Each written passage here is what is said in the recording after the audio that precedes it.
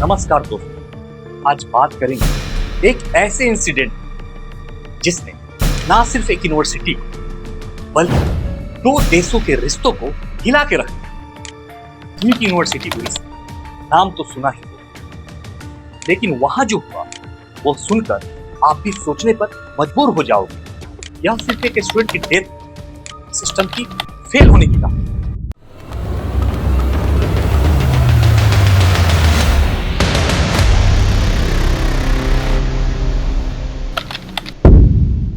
कहानी शुरू होती है 16 फरवरी 2025 से। प्राकृति लम्सा, एक 20 साल की नेपाली छात्रा, अपने हॉस्टल रूम में मृत पाई गई।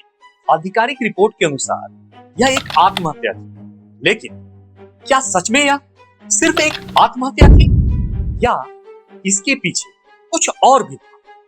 प्राकृति एक होनहार बीटेक छात्रा जो अपने सपने लेकर कीट आई थी, उसके सपने उस सवालों के साथ अधूरे रह गए।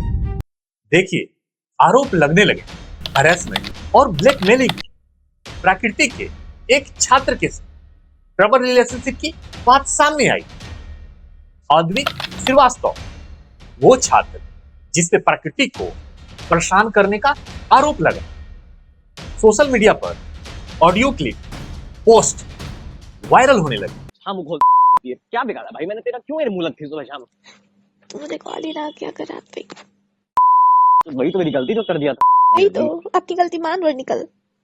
इन सब में प्रकृति के साथ हुए बुरे व्यवहार की तरफ इशारा किया गया।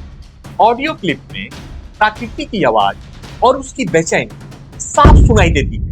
अब यहाँ से शुरू होती है असली कंट्रोवर्सी। नेपाली छात्रों ने प्रदर्शन शुरू कर दिया। उनकी मांग थी न्याय और अपनी सुरक्षा, लेकिन कीट प्रशासन ने क्या किया? भरोसा रखो, जाओ आराम से, मैं बोल रहा हूँ, ऐसे मत हो बिल्कुल। तुम लोग एक जोश में ऐसे हो रहे हो, तुम लोग को पता नहीं चलता है। उल्टा उन्हें हॉस्टल खाली करने का आदेश दे दिया। अच्युत सामंत, कीट के संस्थापक, इन पर भी यह सवाल उठ रहा है कि उन्होंने यह स्थिति को कैसे संभाला। सोचिए जरा, एक छात्र की मौत हो गई, आप उन्हें सुनने के बजाय उन्हें घर भेजने की कोशिश कर रहे हो। यह क्या तरीका है? और सिर्फ इतना ही नहीं, कैंपस सिक्योरिटी और छात्रों के बीच झड़पें हुई। वीडियो वायरल हुआ जिनमें छात्रों पर जबरदस्ती होते हुए दिखे।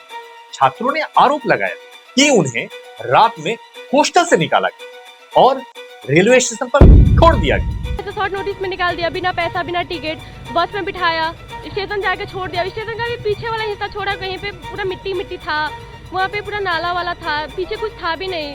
क्या यह किसी शैक्षणिक संस्था का तरीका है? और फिर आए कुछ ऐसे बयान। 1000 बच्चों को अभी खिला रहा है, पढ़ा रहा है, फ्री में बिठा के। तुम्हारे कंट्री का उतना बजट होगा, उतना बजट होगा।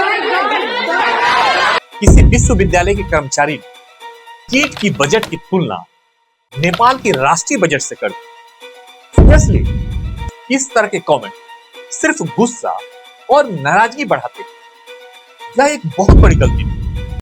अब जब मामला हाथ से निकलने लगा तो सरकार और राजनयिक चैनल सक्रिय हुए। उड़ीसा सरकार ने एक जांच समिति बनाई और नेपाल सरकार ने अपनी चिंता जताई और एक छात्र आदित्य श्रीवास्तव को गिरफ्तार भी किया गया। लेकिन क्या एक सिर्फ गिरफ्तारी से न्याय मिल जाएगा? क्या इस केस की पूरी और निष्पक्ष जांच होगी?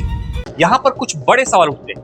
क्या कीट प्रशासन ने अपनी जिम्मेदारी सही से निभाई? क्या उन्होंने हैरेसमेंट की शिकायतों को गंभीरता से ली? क्या उन्होंने छात्रों के प्रदर्शनों को सही तरीका से संभाला? मुझे तो नहीं लगता। विश्वविद्यालय को छात्रों की सुरक्षा और उनकी मानसिक स्वास्थ्य को प्राथमिकता देनी चाहिए, लेकिन कीट इसमें पूरी तरह से विफल रहा। यह एक सिस्टमैटिक समस्या है। शिकायत तंत्र को पारदर्शी होना चाहिए और सबसे महत्वपूर्ण बात, छात्रों की शिकायत सुनी जानी चाहिए, लेकिन कीट इसमें पूरी तरह से फेल हो गया। अच्युत सामंत और कीट प्रशासन को जवाब देना होगा। यह सिर्फ एक घटना नहीं है दोस्तों, यह एक चेतावनी है। हमें सवाल उठानी चाहिए, विश्वविद्यालय को जवाबदेह बनाना बनाना चाहिए और यह सुनिश्चित करना चाहिए कि प्रकृति जैसे औरों के साथ इस तरह का घटना ना हो और हमें मिलकर न्याय की आवाज उठानी होगी। आप क्या सोचते हैं कमेंट करें और इस वीडियो को शेयर कीजिए ताकि ये बात सब तक पहुंचे। प्रकृति लम्सा को न्याय मिलना चाहिए। धन्यवाद।